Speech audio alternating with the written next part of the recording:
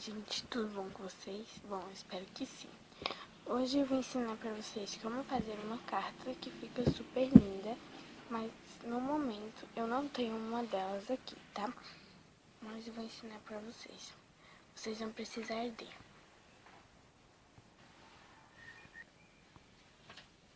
uma folha, tá? Uma folha só. Vocês vão precisar de uma folha. Bom, o que é que vocês vão fazer? Deixar ela assim, né? Vocês vão dobrar ela assim. Vamos dobrar ela assim, ó. Vocês vão deixar aqui um espaço aqui mesmo, tá? Deixa esse espaço. Bom, aí vocês vão dobrar assim, ó. Pega aqui. Se vocês estiverem escutando um barulho, não ligue que meu pai tá ali conversando. Vocês dobram assim. E minha mãe tá ali fazendo comida.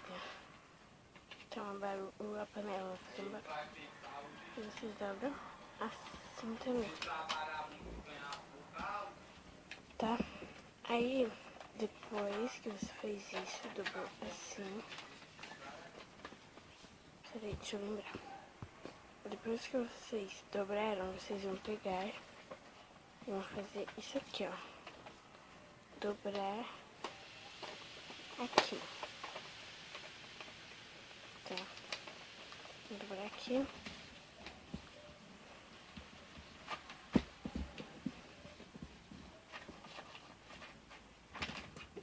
Dobra aqui. Aqui atrás vai ficar assim mesmo, ó. É o charme mesmo da carta. Tá.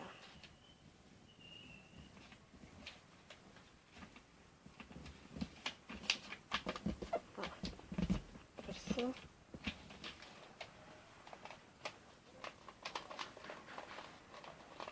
Dobrou, depois que você dobrou, ela vai ficar assim. Vocês pegam essa ponta e puxa pra cá.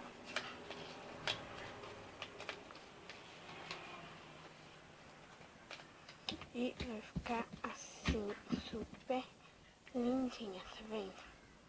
Super fofa. Vocês podem decorar. Então, eu vou decorar ela. Vou dar uma decoradinha nela. Olha como fica atrás. E eu já volto. Bom, gente, ficou assim, né? Depois que eu decorei, eu coloquei aqui essa figurinha desse coração com assim, ó. Assim, né? Pra que fique melhor. Peraí. Assim. Tá, então agora eu vou abrir. Pra vocês aí, tá? Tipo de cabeça pra baixo, mas vou deixar assim. Abri.